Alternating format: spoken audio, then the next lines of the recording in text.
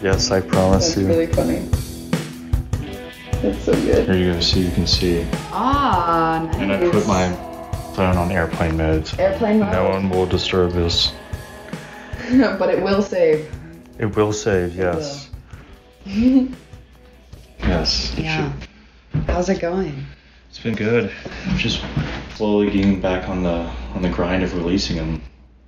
Of the podcast. Releasing the pod, yeah. Is that a Keith Urban shirt you're wearing? It is. Look at that. You like it? I do. We got last name's Keith, his first name's Keith. We got a bond. That's true. You know? Everybody's That's like, your last name's Keith? That's weird. It's a first name. I'm like, yeah. Yeah, baby, I got 2 first names. Well, you could be Keith Delaney. I actually knew a guy in high school, and his dad was named Keith Delaney. Oh, really? The Delaney family, yeah. I think I knew some Delaneys. Maybe in the distance. Yeah, maybe someone I went to elementary school with. That's not allowed. I have to be the only one. All right. Yeah, so I've just been interviewing more people. Nice. It's been going well? Yeah. Cool. It's been fun. It's like the next episode I'm about to release is like a clothing brand. Whoa, right on. Yeah, what kind of clothing? Would you wear it? Like urban. Yeah. Like Keith? Yeah, like something like that. Yeah, like it's definitely urban. They're called Bummer World. Ooh, that's cool. Yeah. And so that was interesting. Coming up with questions for them. For a clothing brand, yeah. It's expanding your range of yes. Of, I guess, how to communicate with people and learning about them. That's just pretty cool. Just like with you. Yeah. You're one of the first actresses or actors. Do you call them actors or actresses? I don't gender it. I feel like that's weird. I feel like every time I call myself an actor, but I also sometimes say actress. I don't ever check myself. If I say actor, I'm not like, oops, I mean actress, don't misgender me. No. I mean, like, I've had like older men be like, you mean actress? And I'm like, no, I mean fuck you. No, I'm just kidding. No, honestly, I don't. It doesn't matter to me. But yeah, questions with you, because I'm like, she thinks differently than us musicians. Yeah, but it's kind of similar. It is. You know? We're both performing in a way. Yeah. And I feel like, in a way, like, everybody acts every day. So, like... That's true. In your day-to-day life, you, right now with me, you're being a different Jordan than you were probably a few minutes ago when you were pouring yourself a cup of coffee talking with your roommate. You know what I mean? So it's like we're always acting. That's true. Yeah. No one's really the same with everyone. Right. Yeah. Like we're different versions of ourselves at work versus going to the grocery store versus hanging with friends. Certain friends you feel like you got to act a certain way around and, you know. Right. That's just, yeah. Some friends you can just say whatever you want. Yeah, those are the best friends in my opinion. Friends, yeah. The ones that you can like meet up with after not talking for a while and it just is like nothing happy. You can just pick up where you left off and it's easy.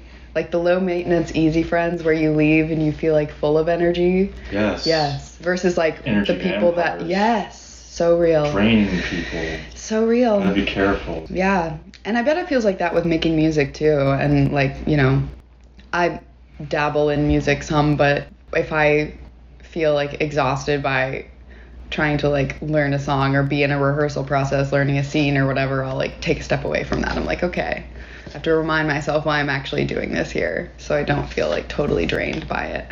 By like investing too much in like... Yeah. Or if it's like I've been in shows and rehearsal processes where it feels like I leave and I'm like, wait, why am I doing this again? And oftentimes it's like I'm getting in my own way or there's a lot of ego in the room and how to navigate that ego without, you know, like knowing that people are going to have those egos and try to like detach yourself from it. Or like whenever I get an ego of like, why am I not doing this quote unquote right? Or like I'm disappointed in my performance here. Like no, being able to detach from that and being like, okay, it is what it's supposed to be, and like I can generate my own peace, you know. Mm-hmm. Yeah. Nice. Yeah. We're doing a great deal here. We haven't even started. Okay, cool. Hey everyone, welcome to Nashville Artists. I'm Jordan, and today Delaney Keith is here. Hello. Delaney Keith. Keith like Keith. urban. Yes. Yeah. Which is the shirt that Jordan is wearing now. You're not seeing it right now, but it's a pretty Eventually, cool really Keith nice. Urban tee. Let me get a picture in a little bit. You'll Yeah. see. Cool. So where are you from again?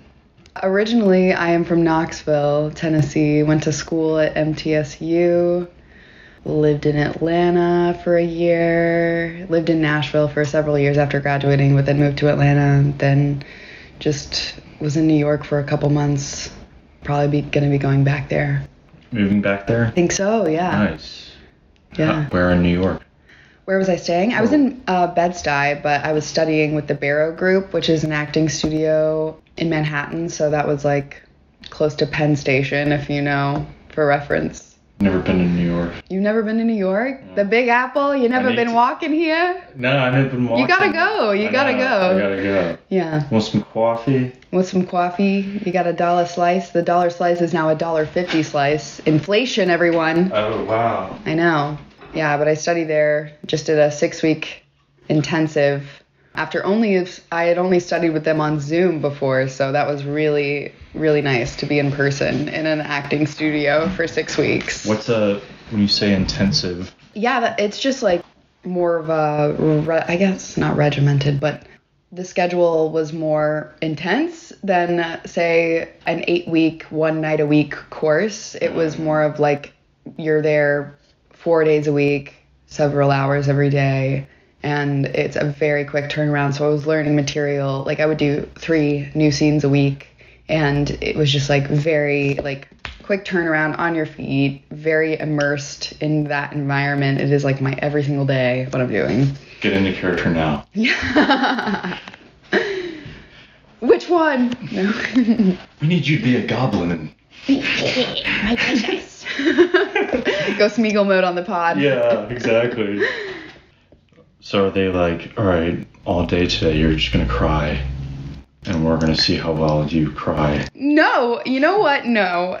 They don't tell me that. That's not how that works. But I will say I did kind of, I guess, become known as the girl who can cry. I feel like I just am a very sensitive person, so material can move me very easily, and I just ended up doing scenes that I would be moved by and just end up crying, or like, you know, I would see my scene partner being moved and that would move me, and I'm like really just like open to it. Wow. So I'd cry a lot actually, which is funny that you asked that, because people were like, how do you just cry? And I'm like, it's not me trying to, I promise. I'm just sensitive.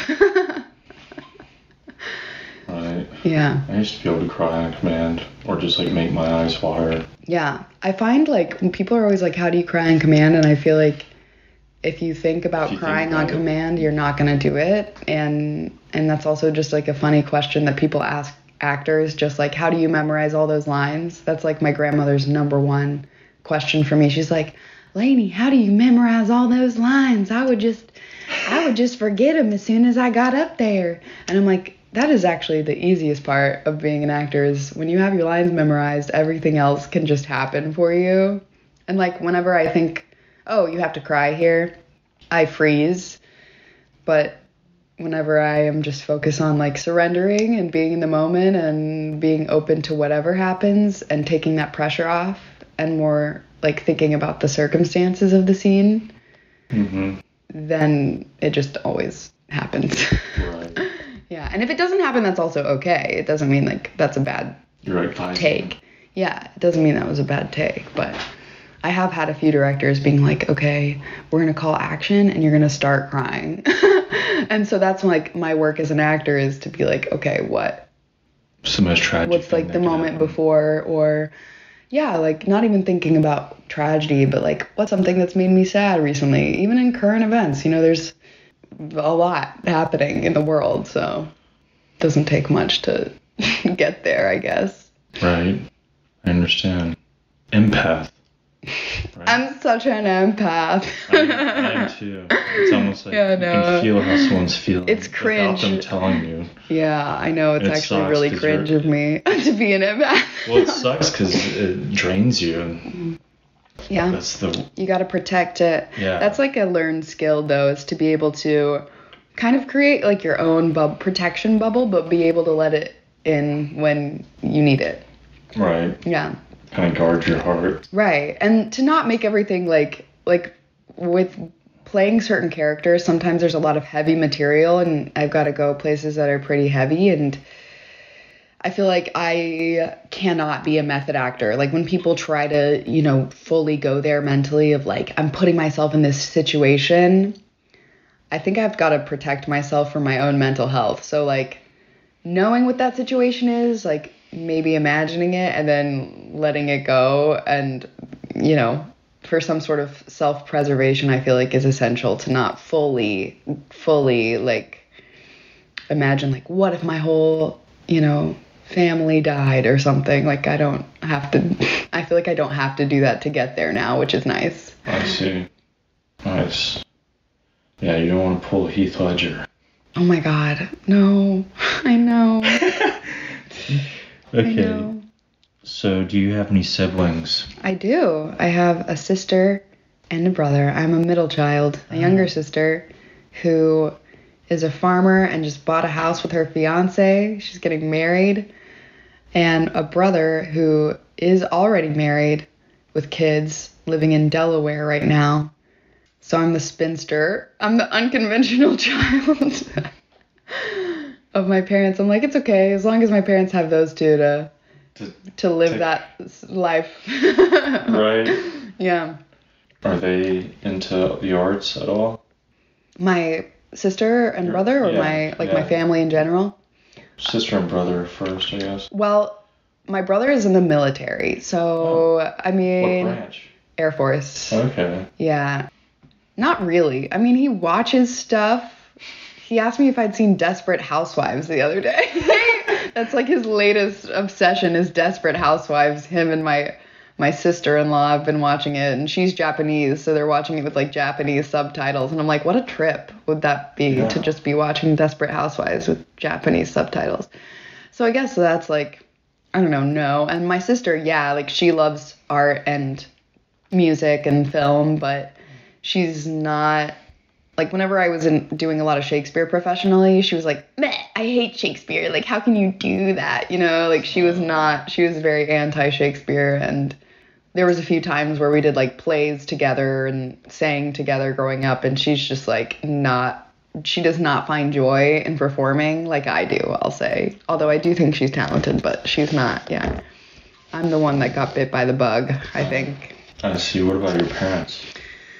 My mom is a social worker. My dad is an engineer. I will say they gave me a cool taste in music, and film. They've got a good taste in film, so I'm very grateful for that. But they've definitely not been like the momager parent of like, I'm gonna push my baby to get her the gigs. You know, it's definitely like they are just like, yeah, go for it. Like if you want to be this actor, do it, but you kind of got to figure it out because we don't know anything about that world, you know.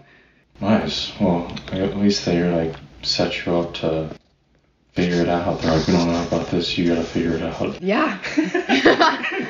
At least they made you work hard. Exactly. They gave you the courage to know what you're up against. Yeah, we'll call it that. That's awesome. So what were you into as a kid? What was I into as a kid? What did you do as a kid? A lot, Jordan. I did so much. I mean, being a child, eating dirt. No, I don't know. If you mean like as far as being an actor, I was definitely an imaginative child, and I would like play all these characters in front of my parents. Like I had this character and she was like a teacher. I wanted to be a teacher, and I'd make all my parents and my siblings be my students. But my character name was Miss Butt. So I was like, I'm Miss Butt, don't laugh at me. School's in session, you know, like hand out little pieces of paper. Or I got a hold of my dad's video camera and would make little movies with my sister and try to like edit the cuts to make them cool, and just constantly performing, I guess. So performing, I'm guessing, like when you were like 5? Well, I mean like performing as far as like there's all these home videos of me as a kid where I'm just like walking up to the camera and I start singing a song that I make up on the spot, or I like want to be in the spotlight. Maybe that's middle child syndrome. I don't know. But yeah. And then I started doing like school plays, church. I grew up in a Presbyterian church and I was like an 11-year-old Mary in a church play. So yeah, just started doing that. Then went into an acting camp in middle school, and that's whenever, with the Clarence Brown Theater, shout out Clarence Brown, Knoxville. I went to an acting camp with them a few years in a row, and that's whenever I was really like, I'm an actor now. This is what I'm doing. Yeah. And that was in high school? It started like 8th grade, I think, was whenever... I always kind of said I was going to do it, but I think that was whenever I was like, oh no, like this is really what I'm supposed to do. This is what I want to do. Yeah. That's funny you say you were Mary. I was Joseph in middle school. Wow. When worlds collide. Someone had to play him. Someone had to do it, you know? I don't know if you remember watching this. So I'm assuming from you saying that you grew up also in like a Christian household. I went to a Presbyterian church as well. Oh shit, look at that. My brother is also in the military. Whoa, Jordan. He's in the Marines. Are we the same person? Except I'm the youngest. Oh, you're the baby. Yeah. Cool. So you were like, your parents were like, yeah, okay, you can do whatever you want. Basically. Yep. I always looked up to everyone. Oh yeah. Like, but now you're tall, so yeah. You don't have to. Well, I mean, like, everyone's older than you. Right, I know, yeah. Yeah, but you grew up in a Christian household and doing all the church plays and all that good stuff. That was like a... Yeah. I didn't do any church plays. It was the play was at my school in 7th grade. Oh, wow. So you went to a religious school. Which was a Lutheran school at the time. What? Oh, Lutherans. That's intense. Apparently, or I actually went to 3 different No shade to the Lutherans listening. Well, now it's called Belvoir Christian Academy. So they had to get a little bit more open because everyone thought it's a Lutheran school. We're not Lutheran. Don't send your kid there. This is Lutherans only. Yeah, but people thought that, I guess. But I wasn't Lutheran and I went there. Did you ever watch The Nativity Story, that movie in church or whatever, or school? Maybe, probably. You know who was in that as Joseph? Who? Oscar Isaac. Who's that? My #1 celebrity crush. No, he's like, you've seen Oscar Isaac. He was in Dune. He was in he's Poe in Star Wars is something that a lot of people know him from. Okay. He was in Marriage Story with Jessica Chastain, a Coen Brothers movie. Oh, the Nativities. You're talking about like the one that's like from like 2017 or like. It was like way before that. It was like 2006. Oh, okay. But it was, it was like in theaters. It was after. Yeah. It was after the 90s, I guess. Yeah, after recently, like after the 90s. Man, that's true. The 80s were only 20 years ago. 40 years ago. I know, but doesn't it feel like they should have been 20 years ago? Like, I feel like, what is time? Like, I have this weird feeling of like the 2000s and 2010 weren't really as iconic as the 90s, only because I lived through the 2010s. Yeah, well, like 0 through 10, like 2000 through 2010. Yeah. I don't know. I will say that was like prime time for celebrity advertising. That's true. Do you remember the Pepsi campaigns and the milk campaigns? Like the campaign where celebrities were posing, like Christina Aguilera posing really sexily to get people to drink more milk. Like there's just like billboards of like Christina Aguilera and Beyonce with like milk mustaches being sexy, and all it is advertising people to drink milk. Wow. Yeah. Now that you say that, I definitely remember that. Yeah. The cows were everywhere. Era of Hilary Duff's Metamorphosis album. I mean, come on. It's a good time to be alive. Slinging dirt on. Yeah. A lot of good stuff. I mean, 90s were cool.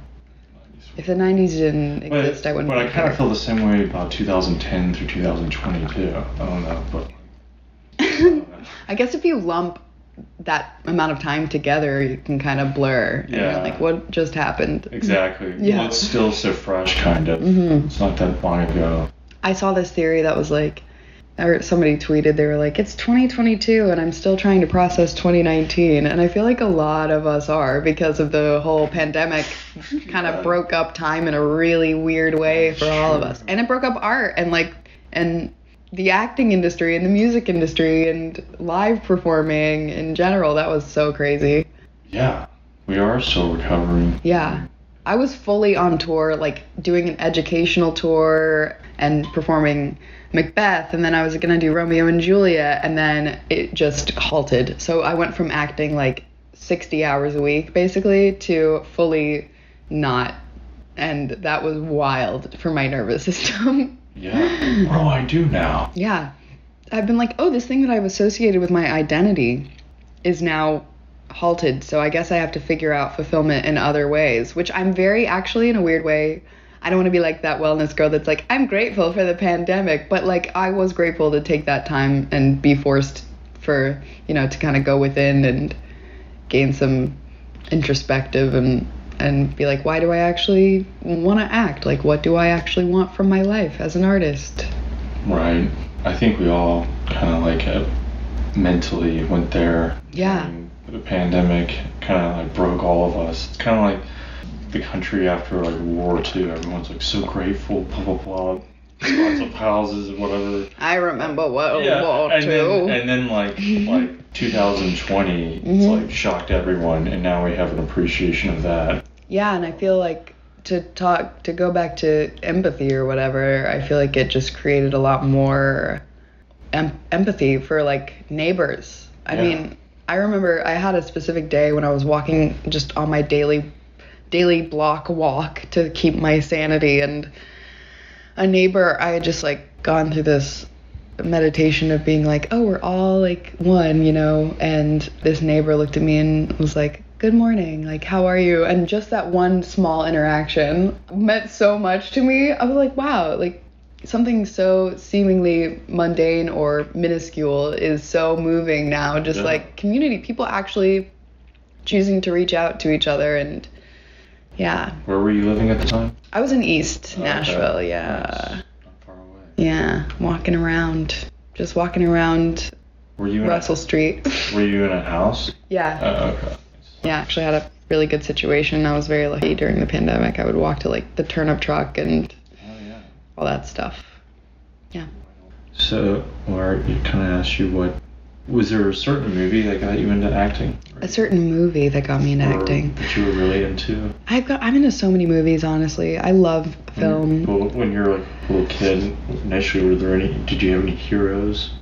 Yeah, I mean. Or heroines? Yeah, I mean, honestly, I grew up watching like old movies and like classics like with Audrey Hepburn and all that stuff. And I also grew up watching Lord of the Rings and stuff too. So like sci-fi and fantasy and just seeing how people can transform into totally different beings that are so unlike themselves was so inspiring to me too. Like really cool. Like, oh my God, this person is like inhuman almost. Like, how are they doing that? And that was always fascinating to me. Or, any sort of kids movie I was watching, I would always pick a part that I wanted to play and then I would just act it out. Like there would be times where I would again recruit my poor sister, she's gone through so much for me, but I would be like, all right, you're this character, I'm this character, and we're gonna do a play now, so I guess as far as heroes go, I mean watching Lord of the Rings was pretty big for me as a child. Were you really into Eowyn or Arwen?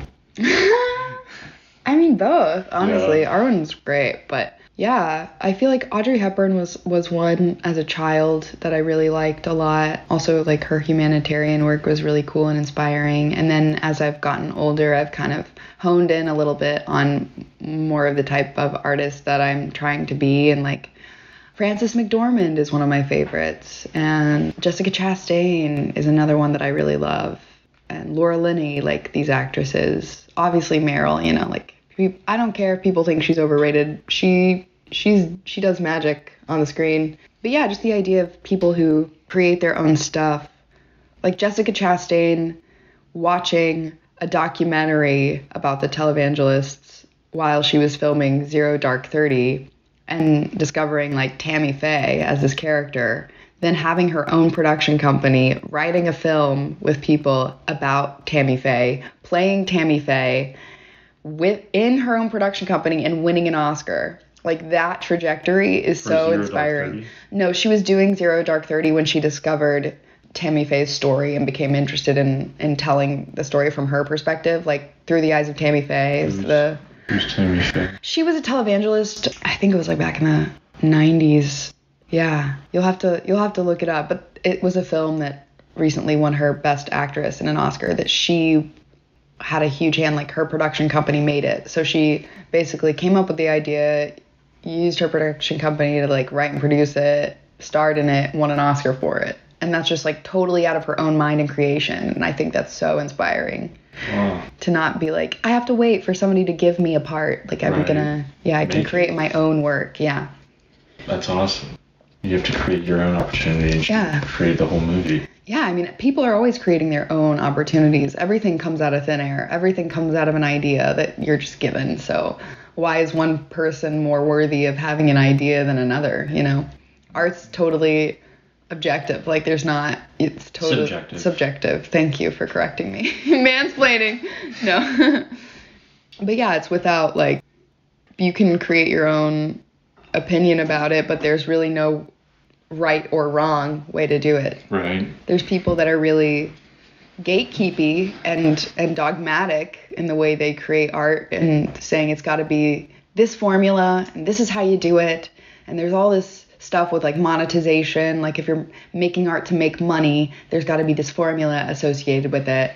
But that just is when I'm on those sets, it feels like such drudgery. Like, I don't want to be in an environment like that. Sometimes you got to do what you got to do to get that bag, but ultimately my dream sets are always the ones where people are there because they want to make art in a space with this unique set of people, their unique set of skills, and, you know, not trying to sell tickets, really. Yeah. Like, fit the formula for success, quote unquote. Right. I mean, you kind of have to do both in a way that's like going to be how are people going to view this? Like, you have to be publicly minded, but at the same time, if you're doing it to be a box office hit, it's probably not going to be the most fulfilling process, in my opinion. Right. Because if the outcome that you're seeking doesn't happen, you're going to be ultimately disappointed, and you'll have made art that you didn't really like to begin with. Mm-hmm. And even if it does happen the way that you like it, you didn't really invest your soul enough or emotion enough into the art, so when it became successful, you didn't really feel the full extent of the success. Right. Like, why do we do it? We don't do it to punish ourselves. We don't do it to, you know, there's this quote that's like, if you are susceptible to approval, you're also susceptible to disapproval. So if you're constantly seeking that approval, if it's not exactly as you want it to be, it's going to be heartbreaking for you. Yeah. And of course, like, we all have an ego. We all want to have validation. We all want to be told, like, good job, that was great, whatever. But it can't be my why. It cannot. The more I'm able to let that go and to be like, all right, you know what?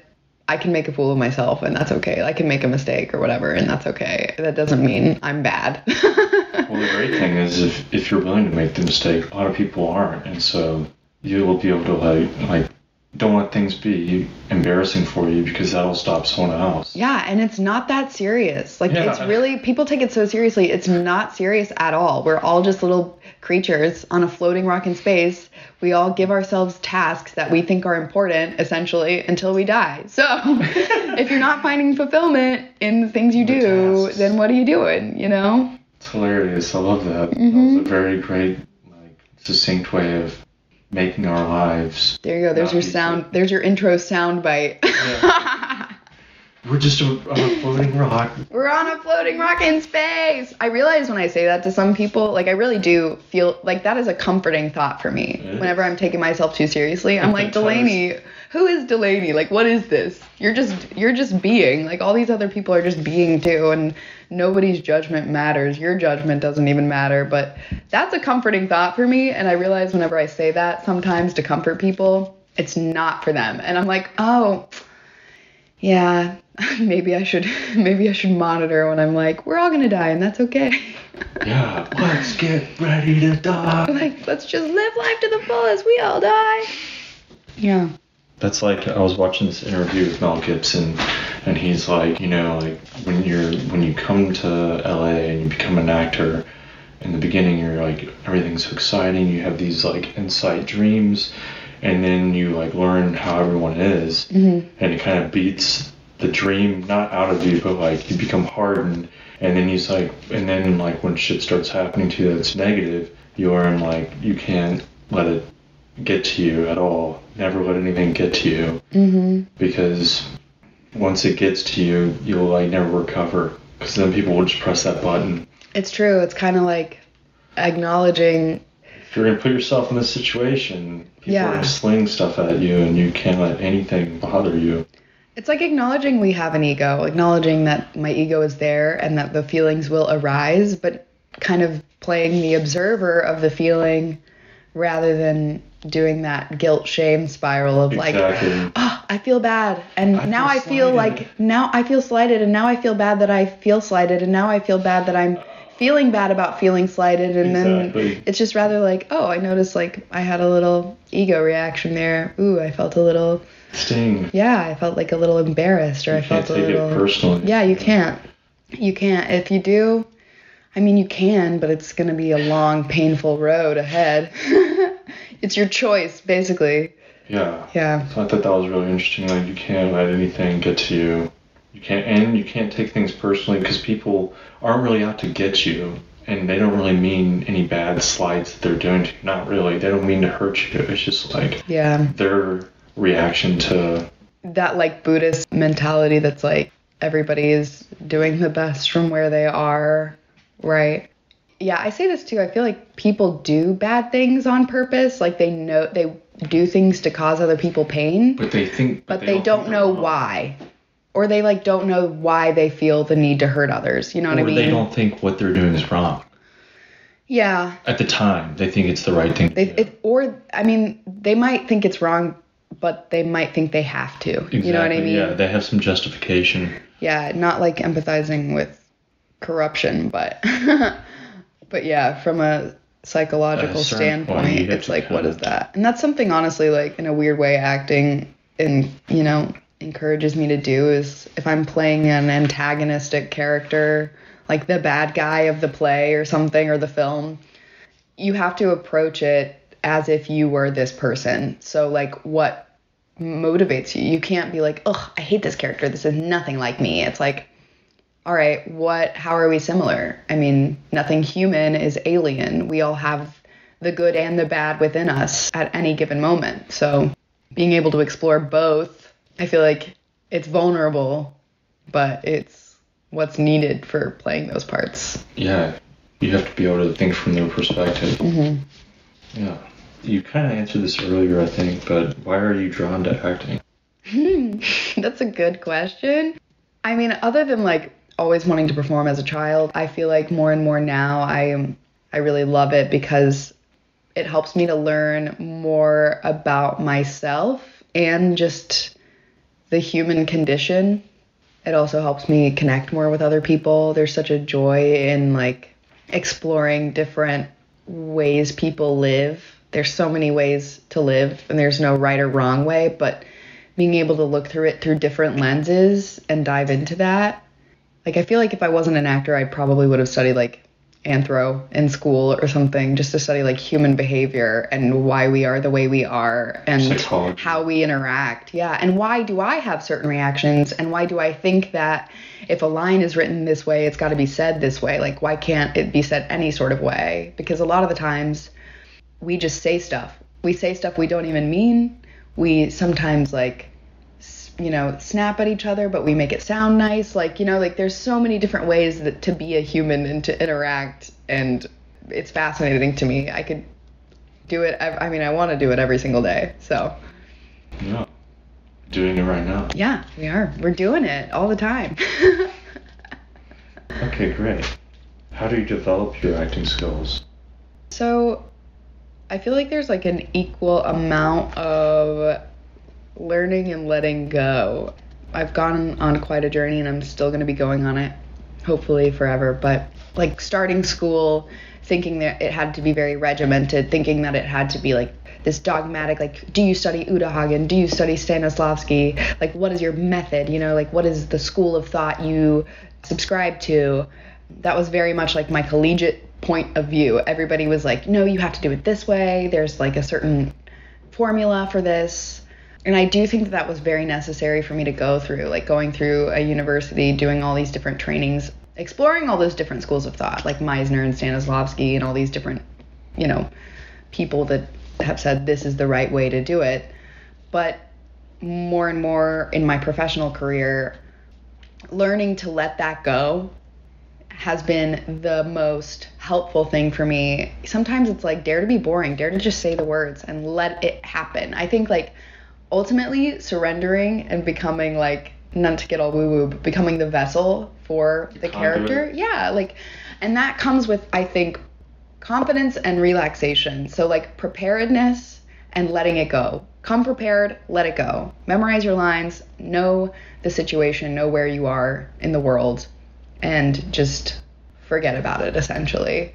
Which some people in the acting world would be like, oh, that's a sin. No, you have to like have every beat planned. But I feel like the more that I get in my head, the less available I am to be moved. So. Right. If that answers your question. Thinking too much separates the mind from the body, like, or whatever. You get too intellectual about it, then you can't. Yeah. You overthink things. Yeah. And, like, I feel like there's such value in studying and developing a craft and having craft. But I think a lot of that craft is also letting go. Like being a musician, you learn the instrument so that you can not think about it and just play. You know, like you can't over-intellectualize art. You can't over-intellectualize something so intuitive and so inherently part of all of us, but there is a toolkit. So I think like having a toolkit that I can take with me wherever. I can be like, oh, this scene maybe requires this tool. I'll pull this tool out and then, you know, use it in a certain way. And then also being so available to not be married to those tools and be like, that one's not working, let me try this one, or let me just drop it all and see what happens, you know? Innovative, kind of have to improv. Yeah. So, of all time, what are some of your favorite movies, plays, or actors? Yeah, well, okay, the Frances McDormand, Jessica Chastain, Laura Linney, Meryl Streep, Oscar Isaac. Favorite movies, though. Recently, I watched Seven Samurai, and that is such a good film. Loved that. It's Kurosawa. The Big Lebowski, formative for me. The Coen brothers in general, like, love their work. I love the Coen brothers' work. They're so cool. Yeah, I watch a lot of documentaries too. But yeah, like films growing up, grew up watching the Coen brothers, grew up watching all that stuff. Again, fantasy and like the old school classics. Yeah. And plays, I mean, I love reading plays. I feel like there's new work being created all the time. Same with film. I mean, Frances Ha is another great film. I love Greta Gerwig. Greta Gerwig is a fantastic director, and she's also like a young female writer, actor, director, which is really inspiring. But yeah, I feel like I have a lot of plays that I really like. One of my dream roles that I will play before I die is Hamlet. I want to play Hamlet. Yeah, there's so many. There are so many. Where do you find inspiration? That's a funny, good question. I feel like everywhere, all the time. If I'm open to be inspired, it turns out I probably will be. Like being in New York this summer, I was inspired every single day by just like watching people exist or seeing people pick up an instrument on a subway and be really incredible at it, or be so uninhibited with the way like they move, and they're just like, I don't care if anybody's watching me, I'm just gonna be crazy on the street, or like openly cry. I feel like children are inspiring too, like in a weird way. They're so uninhibited with their emotions. You just see a kid have an outburst in public and I'm like, whoa, they're just going for it, you know? Like, I'm not gonna do that, but yeah, nature is inspiring to me. anything that I can do to feel like connected to that oneness, and like seeing a good movie, seeing a good play. I've been watching a lot of Succession recently on HBO. That's all those actors are incredible. The writers are incredible. That's an inspiring art piece for me. Going to museums, listening to music.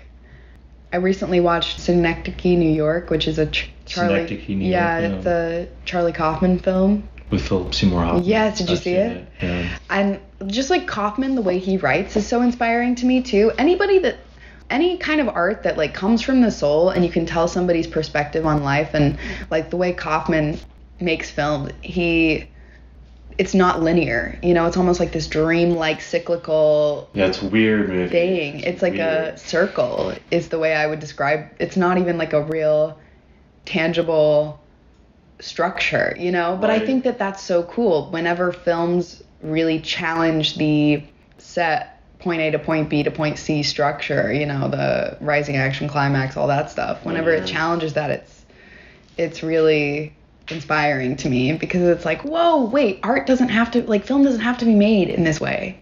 It doesn't have to be like a satisfying puzzle to my brain. Right. It can challenge the way that I watch film. Right. Yeah, maybe it was very strange. After watching it, I didn't know what I had just seen. Yeah, it's Fire like... Fire in the bedroom? Oh, I know. What the hell's going on? I know. Well, it's like one of those things where I love walking away from a play or a film and being like, okay, I think I need a few days to think about that. Like, I don't think I can talk about that right away. Like, it affects me, It affected me too. Yeah. Being affected in that way is so cool. It's like magic. Being touched. Yeah, it's like cathartic. Sometimes it's inexplicable, but humans are like pattern-seeking creatures. So whenever something is not in a tangible pattern, it can disturb us. And that's also fascinating to me, to be like, ooh, I'm disturbed by this a little bit. It's bizarre. Yeah. Yeah. That's why I like psychological thrillers. Yeah. I like to be scared mentally. What's your favorite one? I don't know. That's a really hard question. You're asking me hard questions. I get to ask you one. Okay, cool. Well, this hasn't been it's been kind of a psychological thriller. I've been reading this book as if it is a horror movie / it's an autobiography of this man named Al Jorgensen. He is the lead singer of a band called Ministry. Mm-hmm, and I went and saw them in March. But anyways, I learned about them in February, and I started listening to them because they had this whole story about how Al was so wild and crazy. He used to put hits of acid in his handle of Jim Beam before he'd go on stage and drink it and trip and sing and perform. My God.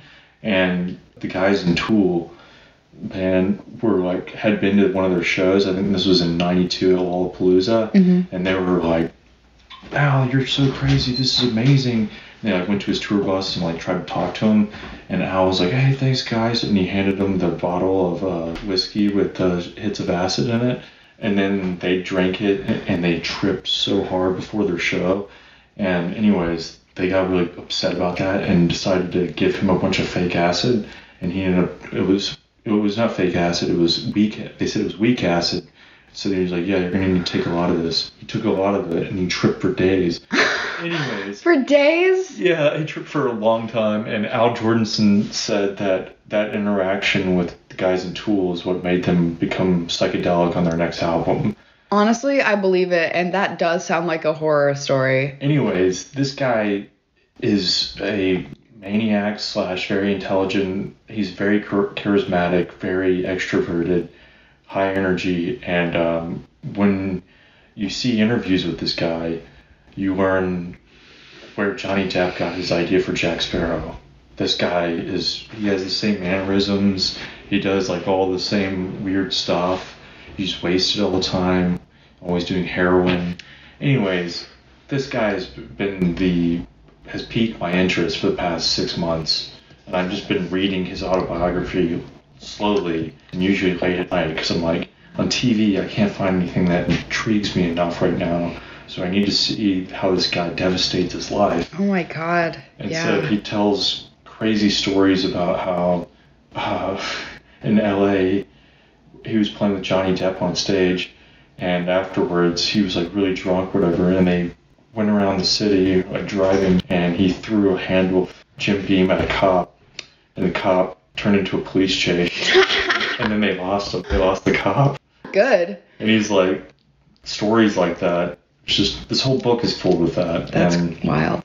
So that's been the psychological. That was a really long time. I don't know if you wanted to know all that. No, yeah, I asked. That's fascinating. I find his life I find autobiographies very fascinating. Yeah, me too. 'Cause it's real. And like, as I've gotten older, fiction just doesn't work the same way as it used to in my mind. You're like, it doesn't hit the same. It doesn't. And so, like, I used to built up a fiction tolerance. Well, when I was a little kid, I was obsessed with Star Wars. Like, yeah. Well, that's just like the monopolization. And Lord of the Rings. Yeah, I've not seen like the new series. Honestly, so, I mean, I still watch Star Wars now, and I still love it. But I don't know what you mean.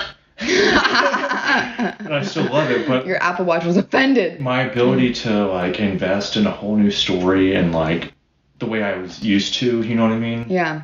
I like don't have the impatience or whatever to invest in that kind of a story. I don't know why, as I do like fantasy and someone's stuff. Real life story. Yeah, to be honest, the whole monopolization of like Star Wars and Lord of the Rings and stuff is such a turnoff for me because it's like you're just churning. Oh yeah, no, I've never I've never seen them. I'm just like, I don't care. Iron Man, but now there's 5 of them. It's such a turnoff. Yeah, no, I honestly like the original Star Wars episode 4, 5, and 6 and 1, 2, and 3. 1, 2, and 3. Yeah, I did grow up watching those. Yeah, 4, 5, and 6 are my fave, but 1, 2, and 3 are good too. But after that, it's like I watched a couple of the new films in theaters, and then I was just like, it seems like you're squeezing the life force out of this, and it's just so bored. It feels like smooth. I don't know, I'm like, this is a smooth brain activity, like going to watch this and like consume. Yes, I shall go pay $29 for a popcorn and a movie ticket, and I will then make this my personality, and I will only talk about this online for, it just feels like weird, I don't know, brainwashing, I guess, the whole Star Wars culture now. Yeah. And it did come from something really cool. Like Princess Leia, George Lucas got inspiration from Kurosawa, actually. There was another film that he did. He did Seven Samurai. There was another film that he did that was about like a samurai princess, and the actual story itself is fascinating and it's really cool. And a lot of the ways that they did that was really cool. Like before CGI, I feel like sci-fi was really cool. Like watching those films, like even Lord of the Rings with the orcs, Oh yeah. Pre-CGI. I'm pre-CGI orc Same team. Here. I am too. Yeah. When they did the fucking The Hobbit, it ruined it all. And they didn't have to make it. Well, that's another thing with The Hobbit. They made it 3 movies. It was a 1 book. Anyway, my nerd is showing, but. And they're longer than The Lord of the Rings. I know, and it was like, how do we make as much money as possible? And anytime it's a money grab, I can smell it. It stinks. Yeah, once I just knew once they quit making Uruk-hai look terrifying, I was just like, yeah, the orcs and the Uruk-hai, like, I would love to have one of my best friends. We talked about one day we're gonna go to New Zealand and dress up like characters in Lord of the Rings, get on horseback and ride to all the Hell sites. yes. And then I was like, for added bonus, I'm gonna pay some people to dress up like Nazgul and orcs and like come after us at night. You're gonna pay people to ambush you? Yeah, exactly. Yeah, so that's next level. So that way Jordan. we feel more like we're in the movie. Oh. Like have ring wraiths come at night while you're like around your fire. You know what? I want you to have I want you to have fun doing that. I'll be good over here, but going to New Zealand would be cool. I'd go to New Zealand. Listen, how much are you paying me? I dress up like an orc. I figured I would drop some serious dough. A couple 10 grand or so. Dang. Paying people to really, I'm gonna tell them like I really want to get like I'm about to die. The truth comes out. Here we go. Really Nashville Artist I Podcast. want to feel like I'm on the edge. Hearing the depth of Jordan's dream. This has become a Lord of the Rings podcast. Somehow I bring this up all the time. I'm going to live out my acting dreams. All right. There you go. I mean, this is my an immersive experience. It's like an immersive theater experience, Maybe if you I'll will. have people walk around with cameras and videotape. But then I'll feel like I have to act. And I don't want that. Yeah. I want to be like, we're really here, Graham. We got to go. Mm-hmm. Yeah. Anyways, I've gone way off. So what is the first thing you do to research and approach a role? Read the script. Read the script is the first thing, always. It's all in the script. And you can hear as much as you want from people about, like, doing the extra, like, what's my character's favorite color and all this stuff that's not in the script, but that doesn't matter to me. I honestly feel like what is given is so much to dive into, and it can constantly change.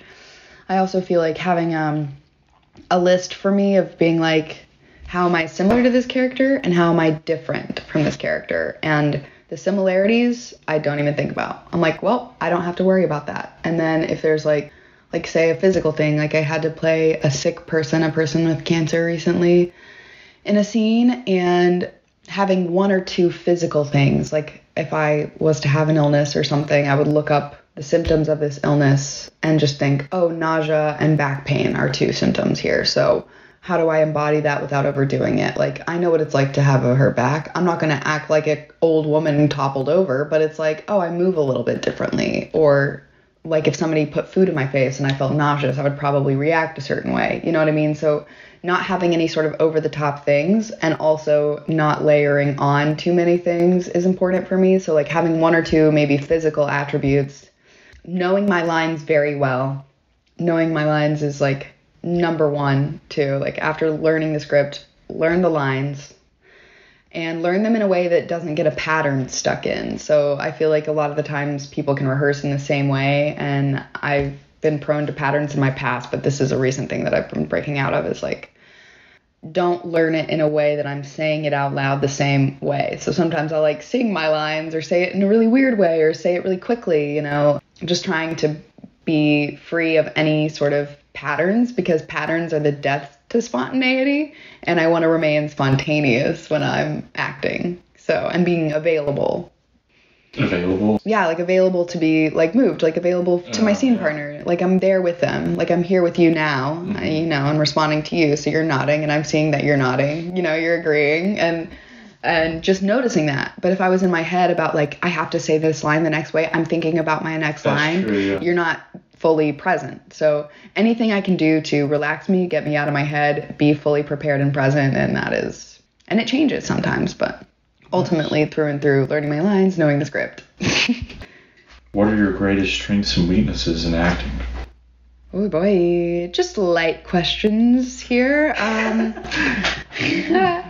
My greatest strengths and weaknesses. God, I don't even know. I feel like it's like, you know, the whole ego thing, it's an ego dance. So not letting compliments or critiques really get to me personally. I feel like letting that happen is probably a weakness if I ever am like, oh yeah, I did really good. Like I need to do that again. I need to be good again. Or be like, ugh, like get in my head that I like messed something up. That's a journey for me, is to kind of get out of my head. There's no like messing up. Because that is a hindrance whenever I can be like attached to the outcome. Expectations. Yeah, attached to thinking I need to do this well. Like there is a good or bad, you know. So I guess that would be weakness that I'm working on. And I think in acknowledging it is working on it. But I guess a strength is like being aware of that, you know, being aware.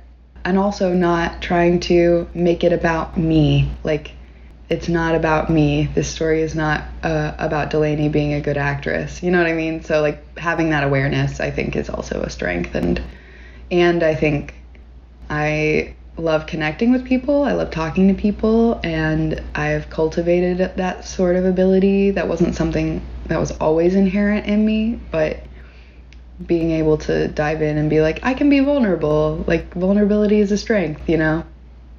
Nice. Self-awareness has been your strength and weakness, but it's now you're becoming aware of it, so. Yeah, you know, and it's like a dance at all times, is to not, there's so many things, like, there's so many blanket statements we make about ourselves all the time, and being an actor, I've been more observant of that, and as well as, like, I'm more observant of that in other people. When people say, I'm bad at this, or I'm good at this, like, this is a strength and this is a weakness, that's kind of like, you're setting that in your brain a little bit. All or nothing thinking. That all or nothing mindset, yeah. And so it's like letting that go, like, I'm bad at this. Well, no, like, I don't have to. You can change that narrative. You can say, yeah. I'm observing this as I see that I'm judging myself here, or like I'm observing that I was not fully available in that scene. I was in my head or whatever, and like observing the times when you're not in your head and you are available, and like what's the difference there. And that's, I feel like, when you kind of can step back and view it without an opinion attached, without that judgment, I've been able to learn so much more for those moments than anything else. And whenever my objective is to do well, to be liked, to be a good actor, you know? Right. I was watching this interview with Robert De Niro. Love him. He's another great one. Taxi Driver. Oh my God. And Jodie Foster in that movie too. There's so many. Like, you asked me what my favorite movies are. There's so many. Anyways, he was saying, like, I've been in this industry for long enough that you have to just remain chill.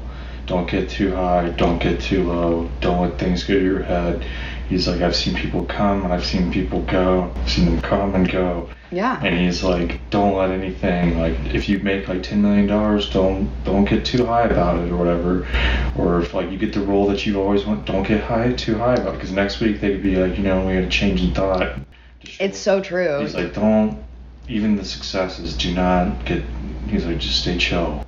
Yeah, like, be excited or whatever, but don't overindulge. I feel like getting high is a good way to word it. Like, don't get too high. Like, still remain, like, this is what's happening. Like, I can be excited and this can feel good and I can know that I'm worthy of this success, but, like, keep your feet on the ground. Okay, well, it's not fully set in stone yet. Don't let it become an ego thing. Don't. Right. And, like, when it's like, I was watching this interview with Neil Peart, and he was like, I quit reading, you know, good reviews, because if I read the good ones, then I have to read the bad ones.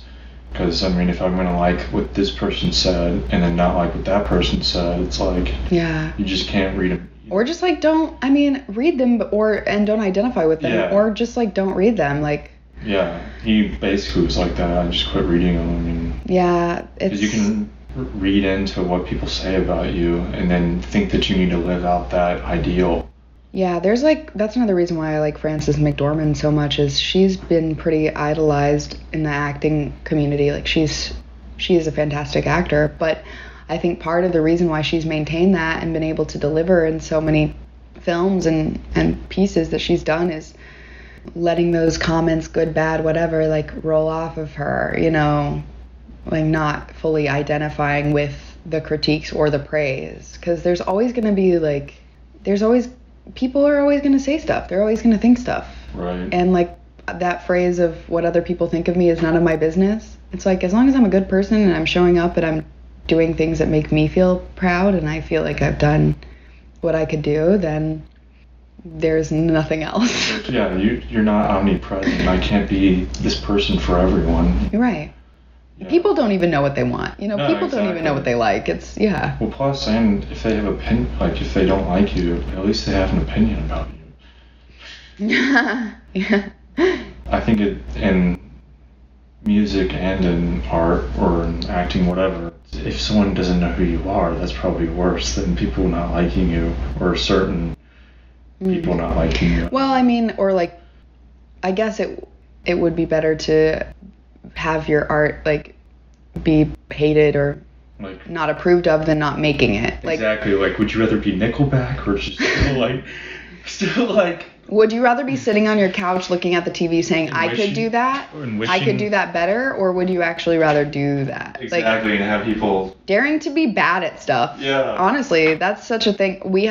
With capitalism, with the world we live in where everybody is making money from what they produce, your worth is associated with that. So, again, being like susceptible for approval and disapproval and all that stuff, like when you're working on monetizing everything that you create, when creation is associated with livelihood, that's when people are afraid to fail, because it literally kicks into your survival instincts of like, if I am bad, people will not like me. I will not, not succeed. Right, exactly. Because it's like, oh, I want to be good. I need to be the best. Whenever you claim that you're doing something, people are like, oh, so you're saying that you're a musician? You're saying that you're an actor? Like, what have you done? What do you do? Yeah. That sort of vibe, rather than just like, what's making you happy? Like, what is bringing you joy? And be okay with being a beginner. Be okay with being not the best at it all the time. Like, I have so many little hobbies that I just pick up. Yeah, and little activities. I do get motivated to become good at them or whatever, but like learning to be okay with being bad at it the first few times, like that's part of the beauty. Like having a beginner's brain is so good for your mental health, I feel like. Remain a child. Yeah. Childlike curiosity. And I think that like being forgiving with yourself and allowing that space within yourself to be a beginner also opens that up for other people around you. Yeah. And it, you tear down walls. Yeah. If you're more open and, I don't know, not taking anything so seriously. Exactly. Other people are like, great, I can have a great time with this dude, because we can shoot the shit and he'll just say whatever. Yeah. I also think in art, you can't worry about too much being controversial, because at the end of the day, it's art. What do you mean? Like, if you create something, people are like, God, it's terrible, or like have an opinion about it. You can't like let their moralistic views on what you're doing and try to decide how you feel about what you're creating. Yeah, there's a lot of stuff right now that I feel like it's being made because of the political climate of people needing to be viewed as woke, like not to put white men on blast, but there's been a lot of like white male theater producers and film producers that have been specifically, they've been like, oh, we're only casting diverse casts, and they're trying to tell stories that aren't really even theirs to tell because they want to be viewed as woke. You know what I mean? Yeah.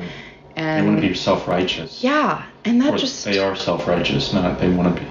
Yeah, it stinks. It's off-putting. It's like you are this privileged white male who's always been able to make whatever you want. So you telling the story of a poor black woman that's been, or like this black queer story or whatever, like you're not going to be able to. People that have experienced that, I guess. Yeah, I mean, that's the thing is like I can just, whenever you are going into a project thinking I must get the approval of others, and like I must be seen as woke or whatever, I think that can be counter to the point. I think that these stories need to be told. Absolutely. I love that they're being told, but it's also like, through what lens? Is it through a capitalist lens where companies are trying to sell you something and be like, look how woke we are. We're going to, pull the wool over your eyes so you can look the other way, or you don't see what we're actually doing here. Right. Or is it actually moving in the direction of liberating artists and telling everybody stories? Right. It's like, what are the kids into these days? That rainbow flag? Fly it everywhere, man. Yeah, it's like... Whatever. If that's what people want. I know. Yeah. That's what will get them in the door. Like big businesses, we'll put one out there. Oh my God. This rainbow shit, I don't know what it is. Yeah, sure. Yeah, whatever. Meanwhile, like behind closed doors, they're like donating to anti-abortion organizations and shit. Yeah. Okay, cool. What are the different roles you have portrayed, and what was the hardest?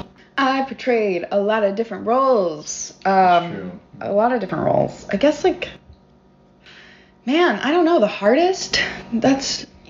There was a time when I was doing a lot of Shakespeare, like, back to back, so I would have to be off book for a lot of different scripts, and I just feel like the sheer volume of that was pretty challenging, but fun, even whenever it was challenging. So, I don't know. Yeah, I feel like whenever I was acting on Zoom, like I did a play on Zoom during the pandemic, and I was just kind of like, why am I doing this? You know what I mean? Like, it was fine, but it felt so detached in a way. Like, there's cool ways to act on Zoom, but the way this whole thing was going just felt very detached. So I think that's the more challenging thing, is when I'm looking, you know, my eye line is to the corner of the room and my scene partner's in front of me on camera, but I can't look at him, and, you know, there's all this, you know, I feel like there's nobody in the room with me. I'm alone in a bedroom doing this play, and it just feels very lonely. So I feel like that was kind of it felt unnatural. Like that was a challenge. I probably won't, I'll do like Zoom readings, but I probably won't do a full production on Zoom again. I don't know. Never say never, but that was depressing. Yeah, you can't look at his face because you'll be looking at the screen. Mm-hmm. Yeah, so it's like ignoring the person you're speaking to, but also being alone and knowing that you're all doing this play from your own rooms. It's like this weird kind of dystopian, like... Yeah, that is interesting. Yeah, I have yet to jam with another musician. Well, like, I've taught drum lessons over Zoom, but I have yet to, like... Yeah. Here, you play guitar, I'll go down and play my drums. You can't replace the energetics of being in person. Mm-hmm. You can't. Even whenever... Film or theater, it's like, when I'm on set, it's... Everybody is there in person. We're creating something together. Even if it's just a close-up of me, I'm still feeding off everybody's energy. Right. Versus whenever, you know, I'm doing something by myself. Yeah. How can I feel something when it's not there? Yeah. I'm floating in the void. So, out of Shakespeare was probably the most difficult. And, like, other than the Zoom, what was, like, in person? Oh, I don't know. Yeah, I mean, like, difficult, not difficult, whatever. It's all a learning experience, but I think that, like, as far as, like, sheer physical demand and volume of material to learn, yeah, I mean, doing 8 shows a week, which is a blessing, but physically, yeah, I'm tired. There's this thing where... Shows? Yeah, like, plays. There's been times where... Like, where? When you were doing it, like, in New York? No, like, I was an actor with the Nashville Shakespeare Festival for a while. But also, yeah, like, when I'm on a film set, too, you'll be filming for sometimes 12 hours a day. And, you know, you get a couple breaks, but then there's sometimes a lot of waiting. So, like, you know, being an actor is a lot of waiting. If you're on a film or TV set, you get hired and then you get put in your trailer, and then they let you know when they need you, but sometimes there's issues setting up a scene, or they decide to move around the schedule and everything, because everybody's just trying to make it the best they can. And there's been times where I've ended up waiting around in a trailer for like 4 hours, 5 hours, and then they're like, okay, now we need you, but I've been like mentally preparing, and then I'm like, wait, should I have not prepared? Like, should I just wait? Should I take a nap? You're kind of in this limbo area. So that's always like, you know, an interesting thing to navigate. Yeah, a lot of challenges and rewards in it all. What is the single, like, easiest? You're like, oh yeah, Easiest? Yeah. Man, I don't know. You're asking these so questions. Easy. I don't know. I've had times where I've been like, that was such a blast. I could do that a bunch of times. I've been having a lot of fun making little 1-minute films lately. For my friend Steve in town started this showcase called Dare to Fail, and it's 1-minute films, and I've made 2 of them now. I'm gonna make another one that I wrote. But just doing that with a group of friends where there's low stakes, high reward, let's just have fun, those times always fly. Anytime where I'm on set or, you know, in a rehearsal process where there's good vibes, you know, everybody's there just to have a good time and to do what they love, that's always like, yeah, this feels easy. It's automatically more fun. It flows easier whenever there's not all that, I guess, resistance. Mm-hmm. Okay, awesome. And so you were here 7 years? 7 years, was I? Or how long were you? Yeah, I guess so. I think you said that earlier. Yeah, I went to college and lived here. And I'm back and forth. Like, I'm back and forth filming another feature that I'm working on called Sunshine Girls. Oh, yeah. We've got another pickup weekend in October. So I'm back and forth, and I've got such a great community here that I'm like, Nashville has always got a place in my heart. I'm always going to love it. I'm always going to come back just to hang out, for a little bit. But yeah, making that film here has been a great way to come back and hang. There's a lot of great Nashville filmmakers and artists working in that space too. So that's been really cool to see. And people from out of town. We got actor from LA, actor from New York, me driving in from Atlanta or whatever, so. Nice, converging. Yeah. Nice. Cool. What have you learned living here? Like, about Nashville specifically, you mean? Yeah, what have you learned living in Nashville? That there's just so much talent and community here, and when people have that sort of encouraging environment and a strong group of friends that do a bunch of different things, it creates such a good space to create in and to be seen. And there's such a support system here. I feel like everybody I know is doing something cool, and it's a really inspiring space to be in. There's also space for everybody here, whatever you want to do. And yeah, learning also that I have agency over the type of artist that I want to be. I don't have to be this cookie cutter thing. It's something I learned while living here. Nice. Yeah. Yeah, I was about to say, because you have great perspective living in Atlanta, living in New York. Yeah.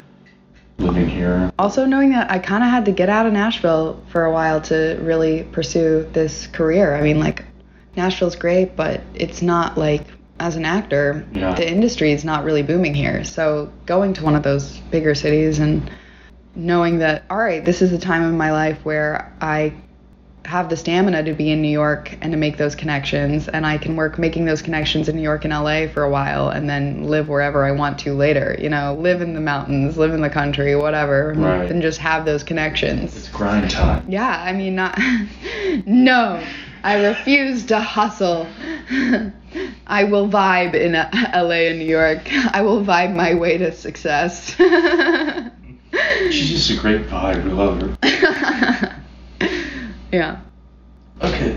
Cool. What is some advice you'd give to someone who's going to move here and pursue art? To move to Nashville and pursue art? Yeah, art, music, whatever, acting. Wherever you go, there you are. So it's never about if you're looking for something in a city rather than in yourself. Well, I guess not to get that deep, meaning You're no, let's back up. Well, I mean, there's obviously that wherever you go, there you are. Yes. There's a lot here. But if you're going to come here, try to make it, what? As an actor? Anything. Art. If you're going to come here and try and do art. I mean, honestly, having a group of people that are like-minded and encouraging and, also provide different perspectives.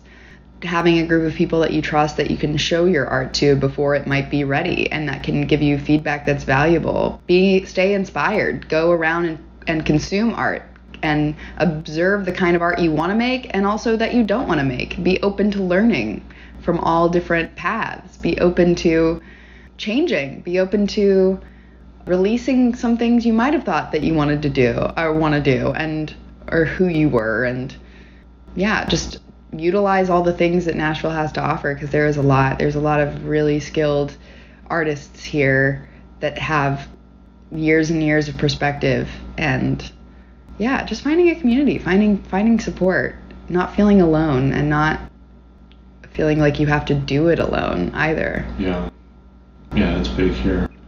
In the beginning, it's overwhelming when you first get here because you're everyone's so good, I gotta find my way, I gotta meet people.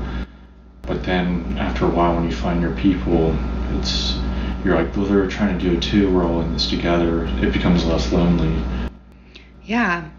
And also just have fun. Just do it. Right. Just make stuff. That's the thing. It's not that big of a deal. Just do it. If you have an idea. And no one really cares. I'm sounding like, what's his name? Shia LaBeouf. Just do it.